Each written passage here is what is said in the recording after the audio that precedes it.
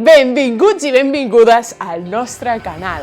Avui comença una nova era, el nostre primer vídeo. En aquest vídeo explicarem 5 mites que no us deixaran indiferents. Per què 5? Doncs ni nosaltres mateixes ho sabem.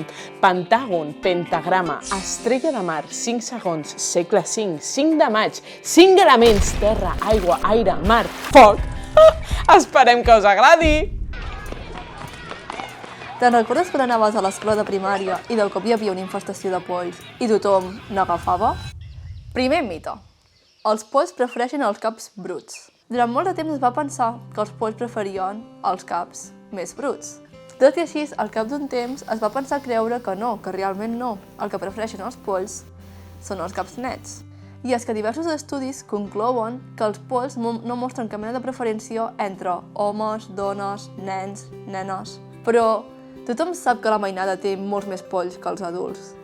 I realment hi ha un percentatge de nenes més elevat que té polls que no pas de nens. Què passa aquí? La resposta a això s'ha atorgat a hàbits i comportaments. Per exemple, mirem les diferències entre adults i mainada. I és que la canalla tendeix a passar moltes més estones junts, ja sigui a l'escola, extraescolars, colònies, casals, etc. Què passa entre nenes i nens? I és que aquí les diferències són molt subtils. Però les nenes tendeixen a presentar gestos d'afecte entre elles molt més sovint, i això implica contactes directes entre cap i cap. Posem un exemple. En un vestidor de bàsquet, vòlei, futbol o inclús a les colònies, les nenes tendeixen a deixar-se els raspalls de cabell entre elles, i això és un focus de polls. S'ha de dir que aquest comportament és molt més recurrent en nenes que nens. De manera que no depèn de que tinguis el cabell net o brut, de que tinguis més polls, sinó que depèn dels hàbits i els comportaments. Segundo mito, los camaleones se mimetizan con su entorno. Los camaleones no se camuflan por el lugar donde se encuentran, sino que es debido por sus emociones y su temperatura. Tenemos que entender que los camaleones son animales muy territoriales, es decir, que cuando un macho se enfrenta con otro macho para saber quién es el más fuerte, se vuelven de unos colores más rojos, amarillos, blancos. Estos colores tan potentes también se pueden ver cuando se quieren aparear o mostrar sumisión. Los camaleones no tienen como una mordida muy potente, ni se mueven rápidamente, ni tienen veneno, por lo cual su manera de defenderse es camuflarse. Los camaleones son animales ectotérmicos, es decir, que no generan calor corporal. Por lo tanto, cuando se encuentran en un lugar oscuro, ellos se vuelven más oscuros, porque colores más oscuros, como el negro, el marrón, absorben mucha más calor que no un color más claro. En espacios iluminados adoptan colores mucho más claros para así no absorber tanta calor. Los camaleones no se camuflan dependiendo del lugar donde se encuentran, sino que son estrategias más de comunicación, de reproducción o de regulación térmica. Mito 3. Si caes al agua, vendrán millones de pirañas a comer. A pesar de su mala fama por el hecho de ser extremadamente agresivas, tenemos que decir que hay más de 90 especies de pirañas con comportamientos y necesidades alimenticias muy diferentes. No todas son carnívoras ni caníbales y mucho menos se alimentan de grandes mamíferos por naturaleza. Muchas de ellas son especies omnívoras. Esto quiere decir que se pueden alimentar de frutos, semillas, insectos y crustáceos.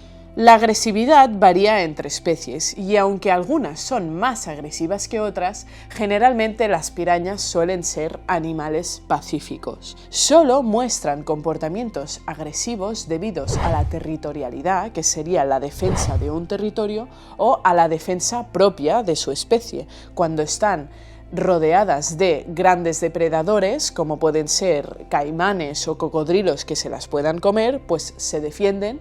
Y esto lo hacen adoptando estos comportamientos agresivos. Cabe decir que si llevan muchos días sin comer, son capaces de comerse una vaca o un caballo en cuestión de minutos, pero nunca a humanos. Quart mite. Els camells emmagatzemen aigua a les seves gepes.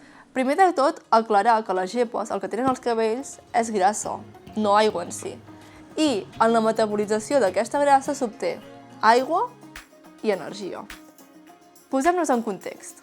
Si realment en aquestes gepes hi hagués un emmagatzematge molt gran d'aigua, L'aigua aquesta obtinguda a partir de la seva metabolització seria més o menys similar en la quantitat total d'aigua que perd el camell. Què passa? Que vam veure que no és així, de manera que refuta aquesta idea. Amb estudis més recents vam veure que el camell en períodes de deshidratació pot perdre aigua corporal, però mantenir el volum d'aigua més o menys constant en el compartiment intravascular. Per què? Doncs en els compartiments intravasculars hi trobem les cèl·lules sanguínies. Primer punt, les cèl·lules sanguínies dels camells són ovalades i a més tenen una paret molt elàstica. Això els permet emmagatzemar molta aigua dins seu sense que les seves parets es trenquin. Per altra banda, les parets dels capil·lars, artèries i venes són molt gruixudes. Per això és molt difícil la seva pèrdua d'aigua. Quinto mito. Las abejas mueren inmediatamente después de picarnos. A menudo escuchamos que cuando una abeja nos pica, se queda el aguijón y también consigo el intestino, y la abeja muere inmediatamente. En el caso de las abejas de la miel, no mueren inmediatamente después de perder el aguijón, sino que sobreviven unas 20 o incluso 100 horas de perderlo. En este lapso de tiempo pueden cambiar su comportamiento. Algunas continúan persiguiendo al intruso, pero otras se van a buscar alimento afuera de la colmena en busca de flores y por tanto encontrar el néctar. Por lo tanto, este mito no es del todo correcto, ya que incluso existen más de 2000 especies de abejas y avispas en el mundo y solo algunas mueren al picar, incluso hay 500 que no tienen ni aguijón, así que no es del todo correcto. Desmintiendo mitos des de 2001. Amb aquests 5 mites, el que hem fet les bionàries ha sigut posar llum a la foscor. Trobareu totes les referències a la descripció del vídeo. Ens veiem en el següent.